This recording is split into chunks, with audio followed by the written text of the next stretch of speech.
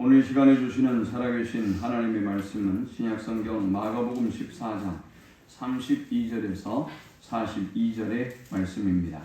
그들이 겟세마네라 하는 곳에 이르니 예수께서 제자들에게 이르시되 내가 기도할 동안에 너희는 여기 앉아 있으라 하시고 베드로와 야고보와 요한을 데리고 가실세 심히 놀라시며 슬퍼하사 말씀하시되 내 마음이 심히 고민하여 죽게 되었으니 너희는 여기 머물러 깨어 있으라 하시고 조금 나아가서 땅에 엎드려 될 수 있는 대로 이때가 자기에게서 지나가기를 구하여 이르시되 아빠 아버지여 아버지께는 모든 것이 가능하오니 이 잔을 내게서 옮기시옵소서. 그러나 나의 원대로 마시옵고 아버지의 원대로 하옵소서 하시고 돌아오사 제자들이 자는 것을 보시고 베드로에게 말씀하시되 시몬아 자느냐? 내가 한 시간도 깨어있을 수 없더냐? 시험에 들지 않게 깨어있어 기도하라. 마음에는 원이로되 육신이 약하도다 하시고 다시 나아가 동일한 말씀으로 기도하시고 다시 오사 보신즉 그들이 자니 이는 그들의 눈이 힘이 피곤하더라. 그들이 예수께 무엇으로 대답할 줄을 알지 못하더라. 세 번째 오사 그들에게 이르시되 이제는 자고 쉬라. 그만 되었다. 때가 왔도다. 너라 인자가 죄인의 손에 팔리느니라. 일어나라 함께 가자. 너라 나를 파는 자가 가까이 왔느니라. 아멘. 심순덕이라고 하는 시인이 쓴 엄마는 그래도 되는 줄 알았습니다 라는 시가 있습니다. 5월이면 참 많은 사람들이 이 시를 기억하고 또 감동과 은혜를 받기도 하죠. 엄마는 그래도 되는 줄 알았습니다. 하루 종일 밭에서 죽어라 힘들게 일해도 엄마는 그래도 되는 줄 알았습니다. 찬밥 한 덩이로 대충 부뚜막에 앉아 점심을 때워도 엄마는 그래도 되는 줄 알았습니다. 한겨울 맨물에서 맨손으로 빨래를 방망이질해도 엄마는 그래도 되는 줄 알았습니다. 배부르다 생각 없다 식구들 다 먹이고 굶어도 엄마는 그래도 되는 줄 알았습니다. 발 뒤꿈치 다 해져 이불이 소리를 내도 엄마는 그래도 되는 줄 알았습니다. 손톱이 깎을 수조차 없이 닳고 문드러져도 엄마는 그래도 되는 줄 알았습니다. 아버지가 화내고 자식들이 속을 썩여도 끄떡없는 엄마는 그래도 되는 줄 알았습니다. 외할머니 보고 싶다. 외할머니 보고 싶다. 그것이 그냥 넋두리인 줄로만 한밤중 자다 깨어 방구석에서 한없이 소리 죽여 울던 엄마를 본 후로 엄마는 그러면 안 되는 것이었습니다. 우리 모두는 엄마가 그래도 되는 줄 알고 있습니다. 엄마가 가족을 위해 아침부터 발동동거리며 일해도 그것이 당연한 일이라고 여겼습니다. 아버지께는 가장 만만한 아내였고 자식들에게는 너무나 편안한 사람이었습니다. 남편도 자식도 배려 없이 걸핏하면 화내고 무엇이든지 요구하면 다 들어주는 그런 존재로 우리는 엄마를 알았습니다. 집안에서는 남은 밥이나 반찬 먹어치우는 사람이었습니다. 맛없고 상하기 시작한 음식은 엄마가 차지했습니다. 새 옷 한 번 마음 놓고 사입지 못하고 늘 헌옷에 헌 양말이나 꿰매 신는 사람이 우리의 어머니였습니다. 아이들이 밖에서 싸워서 남의 애를 다치게 해도 엄마가 죄인이 되어 사과를 하러 다녔고 남편이 밖에서 실수를 해도 아내인 엄마가 뒤처리를 해야만 했습니다. 갑자기 돈이 필요할 때도 이웃의 엄마가 빌리러 다녔습니다. 친척들 기륭사를 챙기는 것도 엄마였고 외갓집, 친가, 어른들 생신이나 제삿날 챙기고 차리는 사람도 엄마였습니다. 아무리 힘들고 험한 일은 모두 엄마가 해야만 하는 걸로 알고 있었습니다.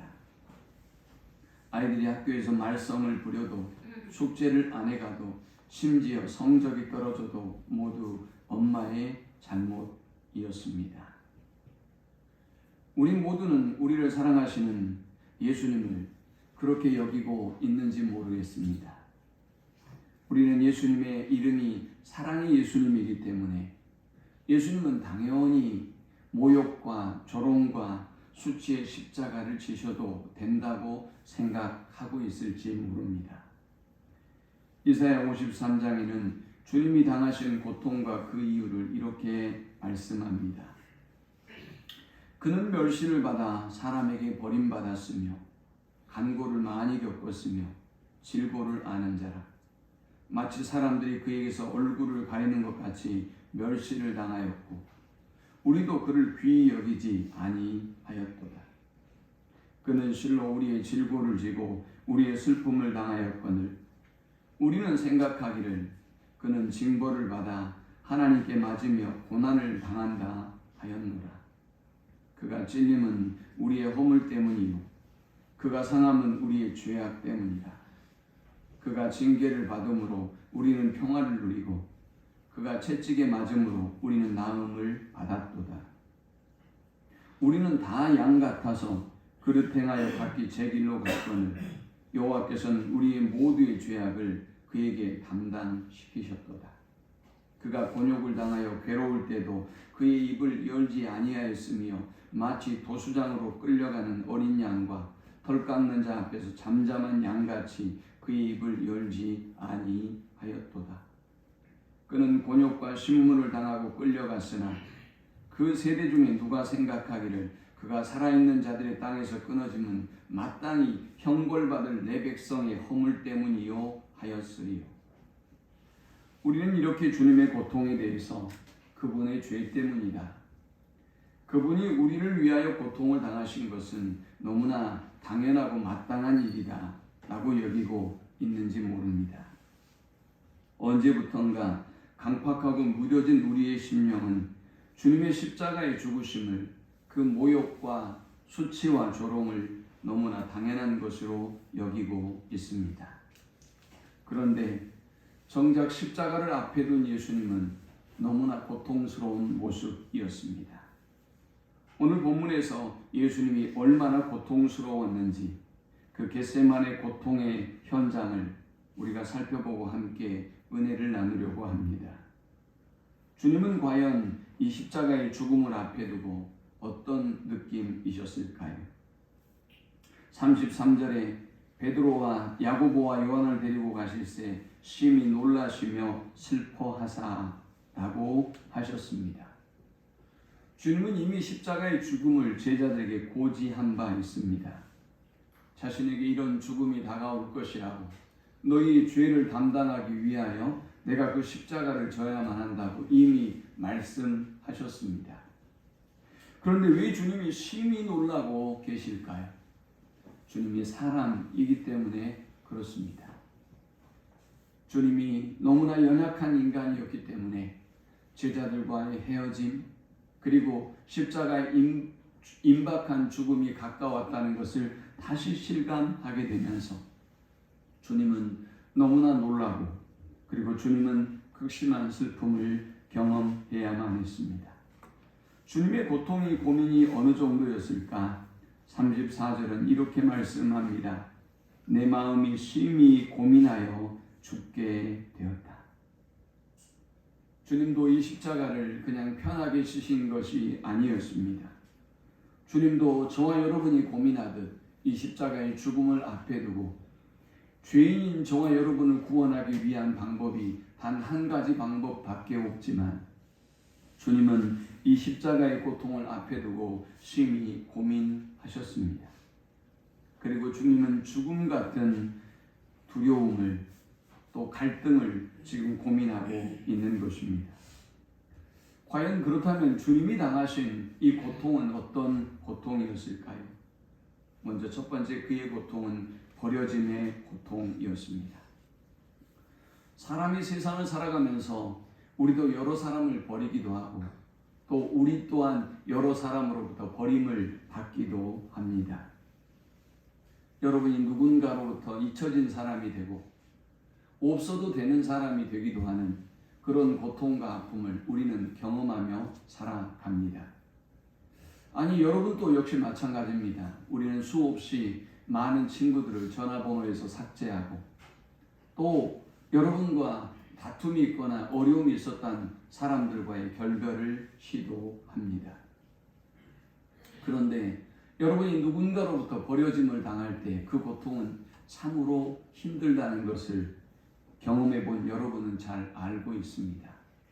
직장에서 내쳐지거나 또 친한 친구들로부터 여러분이 버리움을 당했다거나 가족으로부터 외면을 당했을 때 그 고통과 아픔은 이루 말할 수 없습니다.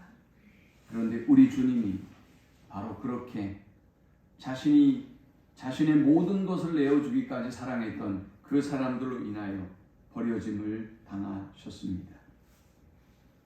본문과 동일한 내용을 담고 있는 마태복음 26장에는 그날의 상황을 이렇게 설명합니다.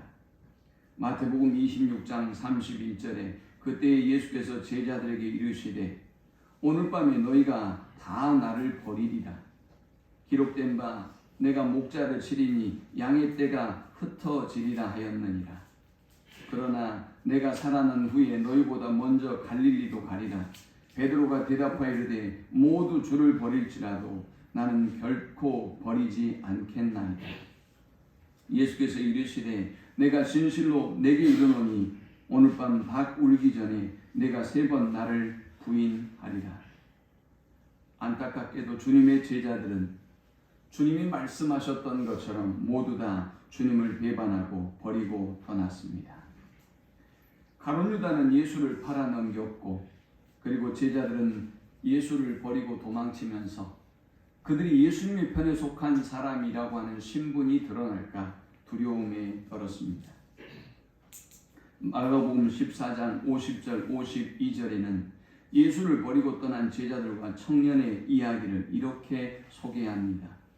제자들이 다 예수를 버리고 도망하니라.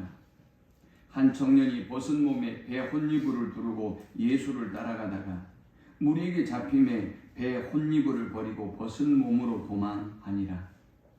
그렇게 호언장담했던 제자들은 모두가 주님을 배신하고 떠났고 그리고 예수님을 뒤따르던 한 청년은 혼이불을 벗어던지고 벗은 몸으로 자신의 신분이 자신이 그리스도인인 것이 드러날까봐 그 옷을 버려두고 그 혼이불을 버려두고 도망쳤습니다.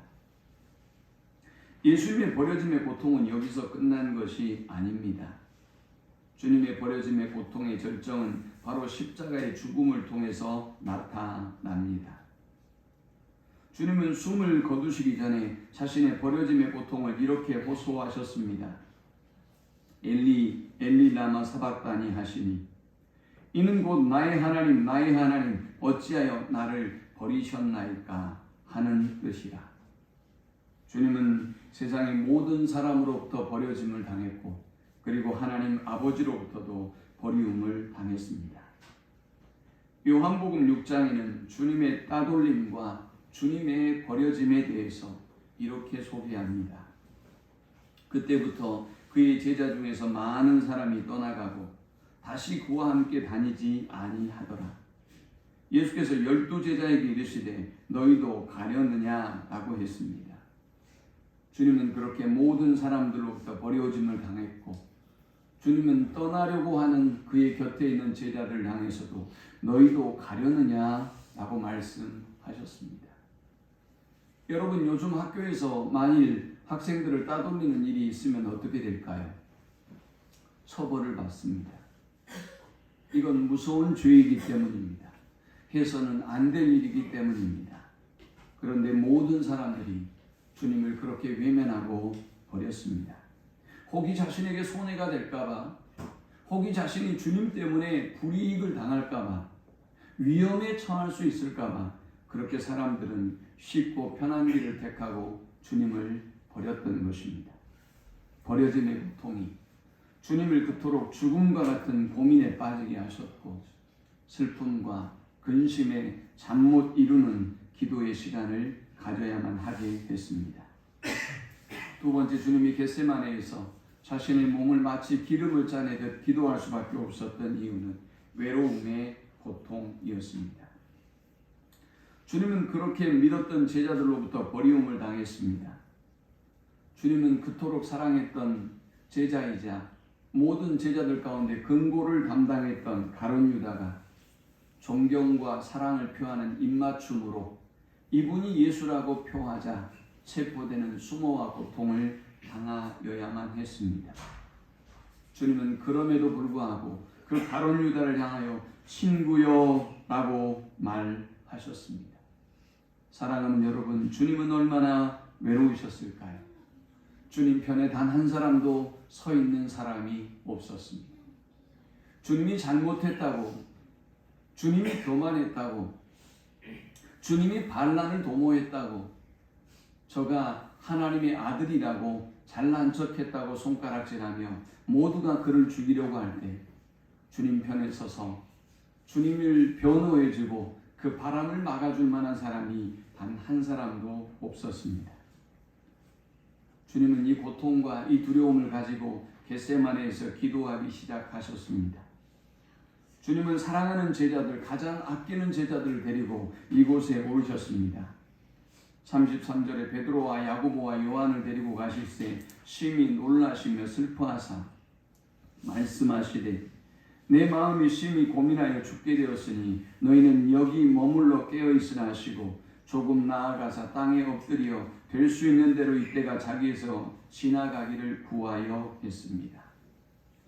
주님은 너무 외로우셨던 것 같습니다. 주님은 너무 고독한 시간을 보내고 있습니다. 그래서 주님은 자신의 이야기, 자신의 고통을 이해할 만한 성숙한 제자들 셋을 데리고 이 겟세마네에 오르신 것입니다. 그러나 주님은 그들과 함께하지 못하셨습니다. 그 고통은 그 제자들과 함께 나눌 수 있는 고통의 문제가 아니기 때문입니다. 이 시대를 살고 있는 가장들이 자신이 지고 있는 무거운 짐을 가족들과 함께 공유하지 못합니다. 그 모든 이야기를 함께 한다면 아마 가족들이 불안과 초조에 떨겠죠. 주님은 인간이셨습니다.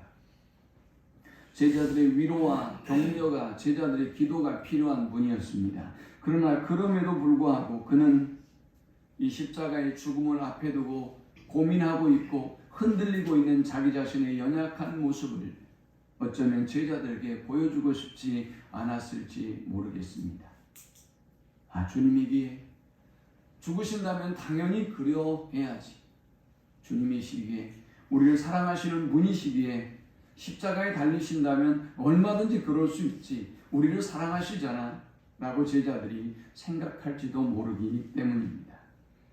주님은 그렇게 말 못하는 고민을 가지고 이 겟세마네에서 간절히 기도하셨습니다.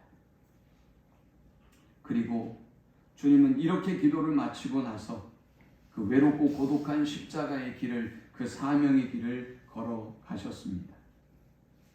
50절에 이에 제자들이 다 예수를 버리고 도망하니라. 다 버리고 다 떠났음에도 불구하고, 또 다 버리고 다 떠날 것을 알고 계심에도 불구하고 주님은 외롭게 하나님 앞에 홀로 엎드려 기도하고 있고, 주님은 외롭고 쓸쓸한 그 길을 걸어가셨습니다.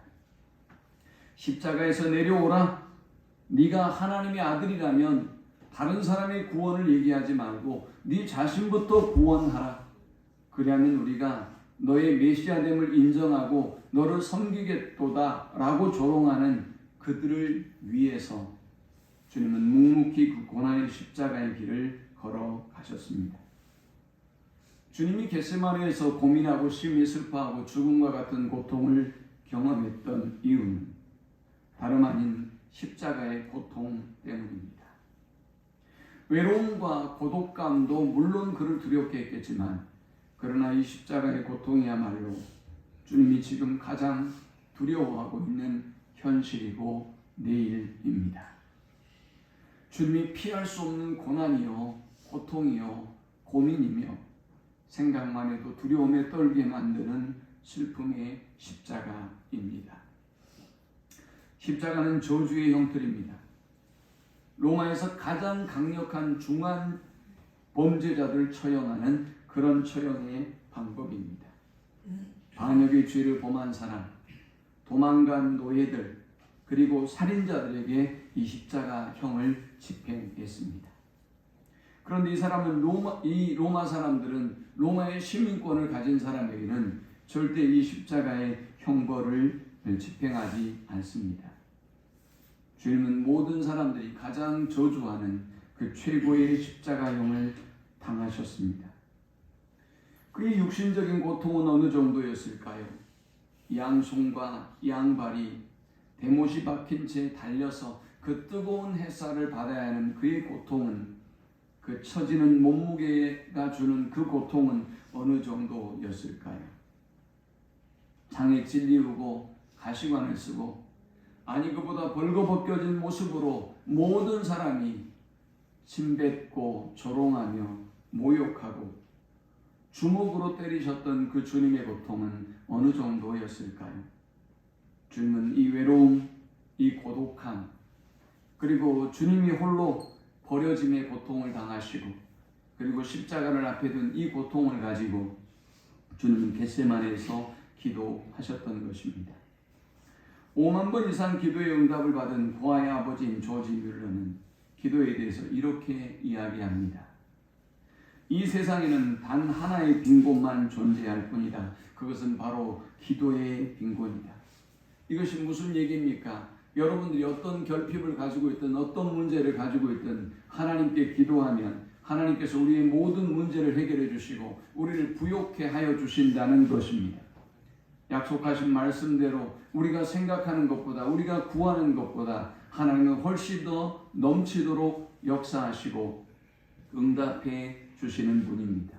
다만 문제가 무엇입니까? 기도하지 않는 것이 문제다라는 것입니다. 자, 우리는 이제 예수님의 기도가 어떤 기도였는지를 살펴보려고 합니다. 주님은 이 고통과 이 죽음과 같은 고민을 가지고 어떻게 기도하셨을까요?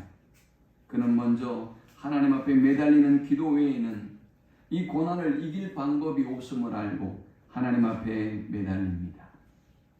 35절에 조금 나아가서 땅에 엎드려 될 수 있는 대로 이때가 자기에게서 지나가기를 구하여 했습니다. 주님은 자신의 이 겟세마네 동산에서 자기 이 고통과 아픔을 가지고 이 십자가의 고통을, 버려짐과 외로움의 고통을 가지고 주님 앞에 간절히 엎드리며 기도하셨습니다. 사랑하는 여러분, 기도 외에는 우리가 지금 직면하고 있는 문제를 해결할 수 있는 방법이 없습니다. 여러분이 아무리 뛰어난 능력을 가지고 있고 여러분이 아무리 많은 지혜를 가지고 있어도 지금 여러분이 고민하고 지금 여러분이 힘들어하는 이유는 우리가 무능하기 때문에 그런 거 아니겠어요? 우리가 연약하기 때문에, 저와 여러분의 문제를 해결할 수 없기 때문에 우리는 지금 고민하고 있는 것입니다. 여러분이 모든 문제를 해결할 수 있다면 무엇 때문에 고민하고 무엇 때문에 고통스러워 하겠습니까? 주님은 당연히 십자가를 지셔야만 우리를 구원할 수 있기에 이 십자가를 피할 수 없는 것인 줄 알지만 인간적으로 너무나 큰 두려움 때문에 이 십자가를 피하고 싶어서 이 해결할 수 없는 난제를 풀기 위해서 하나님 앞에 간절히 엎드려 기도했던 것입니다. 오늘 저와 여러분의 문제가 어떤 문제이든지 주님 앞에 이렇게 간절히 엎드려서 주님이 우리의 문제를 해결해 주시기를 간구하는 우리 모두가 될 수 있기를 축원합니다. 주님의 기도는 고난의 때가 지나가기를 기도했습니다. 35절에 이때가 자기에게서 지나가기를 구하여 라고 했습니다. 주님은 이 십자가의 고통이 과정이라고 알고 있습니다. 지나갈 것이라고 이미 알고 계시는 것입니다. 그런데 지나가는 과정임에도 불구하고 지금 현재 이 고난과 이 어려움이 자기를 너무 고통스럽게 하는 것입니다. 영광의 부활이 기다리고 있고 온 인류가 구원을 받고 부활의 주님을 찬양하고 경배할 날이 곧 오지만 지금 이 십자가의 고통이 너무나 힘들고 어려워서 주님은 이 겟세마네에서 기름을 짜내듯 지금 기도하고 있는 것입니다. 오늘 여러분이 감당할 수 없는 외로움과 고독함과 십자가의 고통을 지금 경험하고 있다면, 여러분이 해결하지 못하는 어려운 문제가 있다면 오늘 주님처럼 간절히 하나님 앞에 여러분의 문제를 가지고 나아가서 이때가 지나가기를 간구하고 또 합력해 속히 선을 이룰 것을 하나님 앞에 구하고 나아가는 우리 모두가 될 수 있기를 축원합니다. 우리가 코로나가 한창일 때 사람들이 늘 하는 말이 있었어요. 이때가 곧 지나가리라 라는 말이었죠. 사실 이 말은 누가 만들어낸 말이 아니에요. 솔로몬의 말이에요. 솔로몬이 여러 가지 어려움을 많이 당하면서 그 모든 어려움의 순간들이 반드시 지나가고 더 좋은 날이 올 것을 확신하면서 했던 말이 이때가 지나가리라 라는 말입니다. 사랑하는 여러분, 지금 우리가 아무리 힘들고 어려워도 이때는 지나갑니다. 여러분이 더 힘들고 어려운 때도 도저히 일어나지 못할 것 같은 절망의 순간도 지나갔습니다. 그리고 지금은 합력해 선을 이루고 있고 그것을 통해서 우리는 더 많은 것을 얻을 수 있었습니다. 지금 저와 여러분이 당하고 있는 고통도 이 또한 지나가고 하나님께서 큰 은혜와 영광을 주실 것을 믿고 간구하는 우리 모두가 될 수 있기를 축원합니다. 세 번째, 주님은 이 고난의 기도를 통해서 하나님의 뜻이 이루어지기를 구했습니다. 36절에 이르시되 아빠 아버지여 아버지께는 모든 것이 가능하오니 이 잔을 내게서 옮기시옵소서. 그러나 나의 원대로 마시옵고 아버지의 원대로 하시고 라고 했습니다. 기도에는 단계가 있습니다. 첫 번째 단계는 여러분의 요구를 구하는 것이지요. 여러분의 욕심을 구하는 것입니다. 이 기도 중요합니다. 여러분들이 기도하지 않는 것보다는 여러분의 개인적인 기도의 제목들을 가지고 하나님께 구하는 기도가 얼마나 중요한지 몰라요. 히브리서 4장 16절은 말씀합니다. 그러므로 우리는 긍휼하심을 받고 때를 따라 돕는 은혜를 얻기 위하여 하나님의 보좌 앞에 담대히 나아갈 것이니라. 우리는 긍휼을 얻고 하나님의 사랑을 얻기 위하여 담대히, 여러분의 연약함에도 죄인됨에도 불구하고 담대히 하나님 앞에 나아가야 하는 것입니다. 또 시편 50편 15절은 환난 날에 나를 부르라 내가 너를 건지리니 내가 나를 영화롭게 하리로다 했습니다. 저와 여러분이 어떤 환난을 만나든 하나님을 부르라는 것입니다. 그러면 하나님이 도우시고 하나님 우리를 건져주시겠다고 약속하셨습니다. 그런데 우리가 또 기억해야 할 사실이 있어요. 우리가 응답받지 못할 기도가 있다는 것이죠. 여러분의 욕심대로 여러분의 뜻대로 구하는 기도는 응답받지 못한다고 성경이 분명히 말씀하고 있습니다. 야고보서 4장 2절 3절은 말씀합니다. 너희는 욕심을 내어도 얻지 못하여 살인하며 시기하여도 능히 취하지 못함으로 다투고 싸우는도다. 너희가 얻지 못하면 구하지 아니하기 때문이요 구하여도 받지 못하면 정욕으로 쓰려고 잘못 구하기 때문이라. 기도하지 않는 것도 문제이지만 그러나 저와 여러분이 잘못된 기도를 했을 때는 기도 응답을 받지 못하는 사실을 알아야 하는 것입니다. 그리고 그렇다면 우리는 어떻게 해야 될까요? 우리의 기도를 바꿔야 하겠죠. 예수님은 바로 자신의 뜻을 구했어요. 십자가를 피할 수 있는 방법을 구했지만 피할 수 없는 일임을 알고 하나님의 뜻을 구했습니다. 잠언 14장 12절은 말씀합니다. 어떤 길은 사람의 보기에 바르나 필경은 사망의 길이니라. 여러분 자신의 판단을 믿으시면 안 됩니다. 인간은 본질적인 죄성을 가지고 있어요. 얼마나 교만하고 악한 존재인지 몰라요. 성령의 조명과 인도하심을 받지 못하면, 날마다 하나님의 말씀 앞에 깨어있지 못하면 여러분의 모든 판단과 선택과 분별력, 우선순위 모두가 잘못될 수 있다는 것을 알아야 돼요. 우리가 그렇게 기도했는데도 응답받지 못하면 어떻게 해야 된다고요? 이제 두 번째 스텝은 하나님의 뜻을 구하는 기도로 나아가야 해요. 예수님은 그렇게 하나님의 뜻을 구하는 기도로 나아갔습니다. 요한일서 5장 14절은 말씀합니다. 그를 향하여 우리가 가진 바 담대함이 이것이니 그의 뜻대로 무엇을 구하면 들으십니다. 우리가 하나님의 뜻을 알고 그 하나님의 뜻대로 기도하면 우리가 무엇을 구하든지 다 응답받을 수 있는 것입니다. 자동차 왕으로 불리우는 헨리 포드가 있습니다. 헨리 포드는 어린 시절에 매우 가난한 삶을 살았습니다. 그런데 그가 그토록 가난하고 힘든 삶을 살았음에도 불구하고 설상가상 또 하나의 어려움이 헨리 포드에게 찾아왔습니다. 그의 어머니가 병에 걸려서 갑자기 위급한 상황이 된 것입니다. 의사를 속히 데려오지 않으면 어머니가 죽음에 이를 상황이었습니다. 헨리 포드는 속히 말을 타고 의사를 청하러 갔습니다. 그리고 의사를 모시고 왔습니다. 그런데 와보니 어머니가 사망한 이유였습니다. 어린 헨리 포드는 절망했습니다. 내가 조금만 빨리 의사를 모시고 왔다면 살았을 텐데, 내가 조금만 서둘렀다면 우리 엄마가 살 수 있었을 텐데, 이 어린 꼬마는 절규하며 하나님 앞에 기도합니다. 그때 그가 여러분 뭐라고 기도한 줄 아십니까? 하나님, 저에게 말보다 훨씬 더 잘 달릴 수 있는 탈 것을 만들게 해 주세요. 그것이 헨리 포드의 기도의 제목이었고, 헨리 포드는 그의 제목대로 위대한 발명품인 자동차를 발명하게 되었습니다. 사랑하는 여러분, 우리가 하나님의 뜻대로 구하면 하나님은 무엇이든지 저와 여러분의 뜻을 이루어 주시는 것입니다. 주님이 겟세마네에서 보여주셨던 기도는 하나님의 뜻을 구하는 기도만은 아니었습니다. 주님은 하나님의 뜻에 순복하는 기도를 하셨습니다. 피하고 싶지만 우리를 구원하기 위하여 피할 수 없던 그 십자가를 연약한 자신이 질 수 있기를, 죽음과 같은 고민과 고통과 슬픔에 빠져있는 자신이 이 고통을 직면하고 십자가를 짊어지고 우리를 구원할 수 있기를 간절히 그는 기도하셨습니다.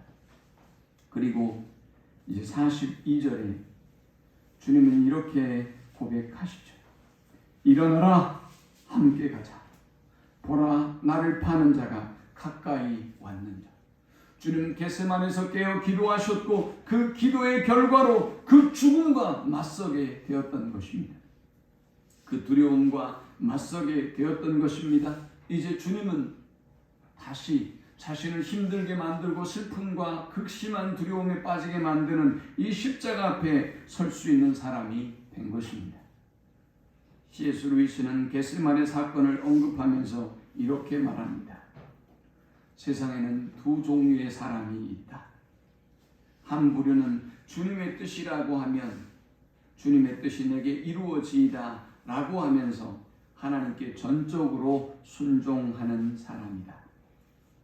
또 한 부류는 하나님께서 그들을 향하여 내 마음대로 해라 라고 할 수밖에 없는 불순종의 무리이다 라고 했습니다.